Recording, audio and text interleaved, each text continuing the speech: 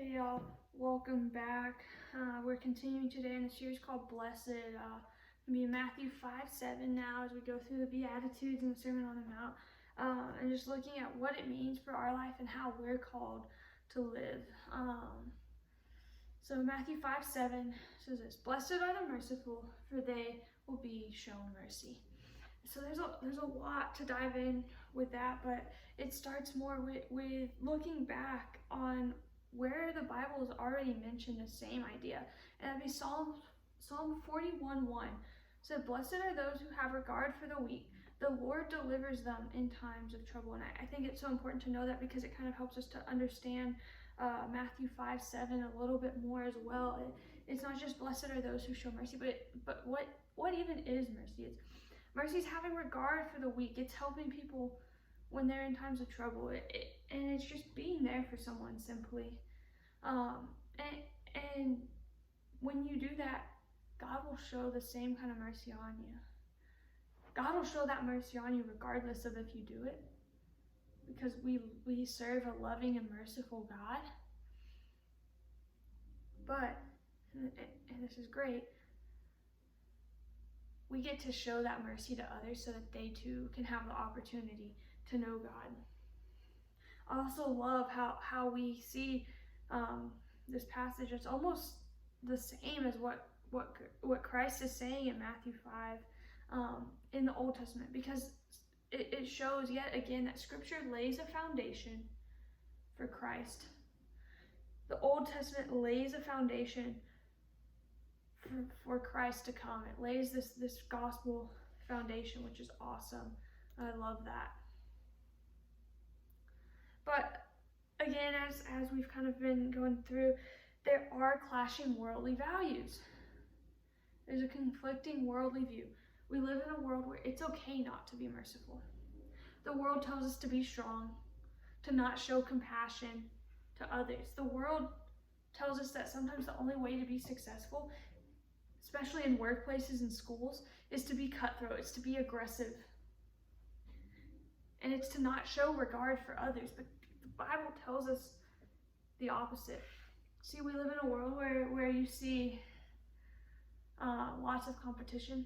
I'm going to be cutthroat. I'm not going to help someone else out because I want the promotion. Or that's the workplace, but sometimes in schools, I'm not going to help someone out because I want to have a higher class rank. And I have to have a higher GPA to do that. So if their GPA is higher than mine, then I'm not going to get to go to the best school. But God has a plan for you, and God's going to put you exactly where you need to be. So we just have to trust that and trust God. And here's the thing, if we do trust that, and we do trust God, and we live according to the gospel, God will reward us. God is faithful. God will show mercy on us. God will reward us. He will put us exactly where we need to be. And He'll also have something so much better for us in heaven, which is awesome to know. And I love this in Ephesians 5:1 and 2. It kind of tells us a little bit about how we're supposed to live the way that God did. And again, this is Paul again talking, and we talked about Paul a little bit last week and how he started by persecuting Christians, and now he is leading others to know Christ, which is so amazing how God can transform.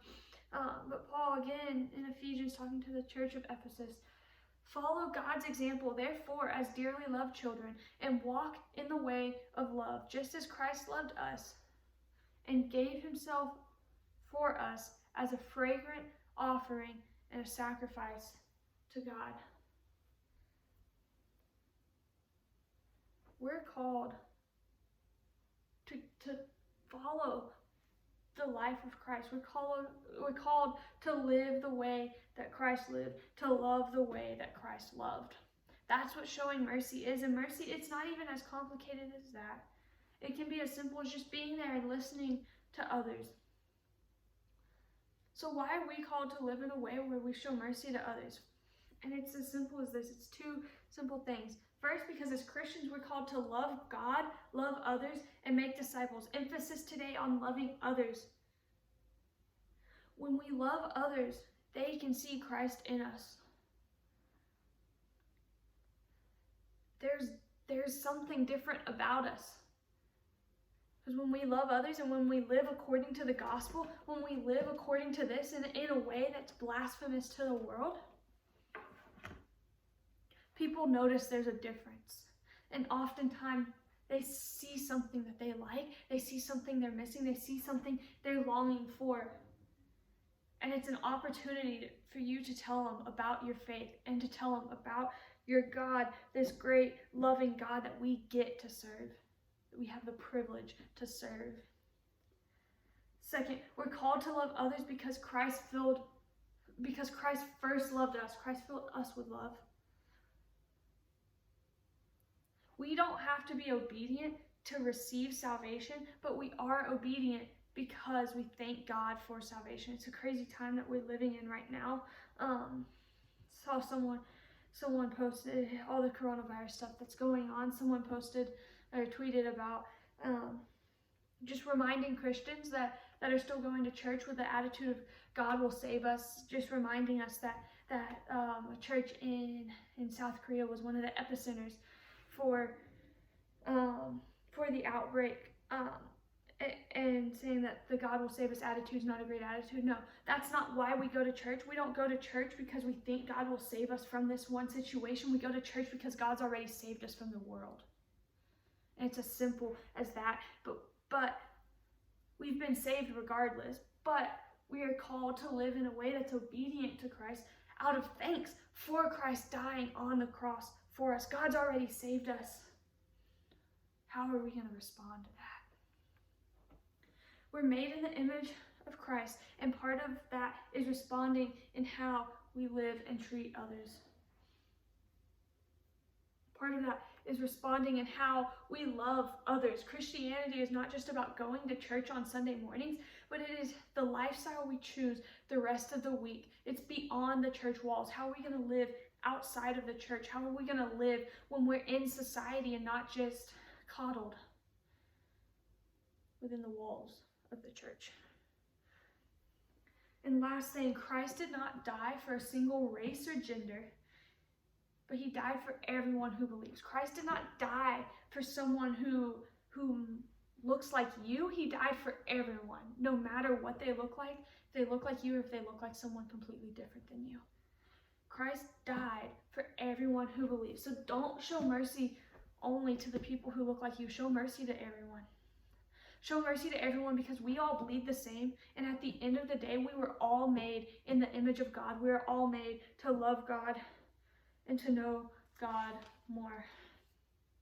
So blessed are the merciful, for they will be shown mercy. Be merciful to others. Be merciful to everyone, because God will show mercy on you.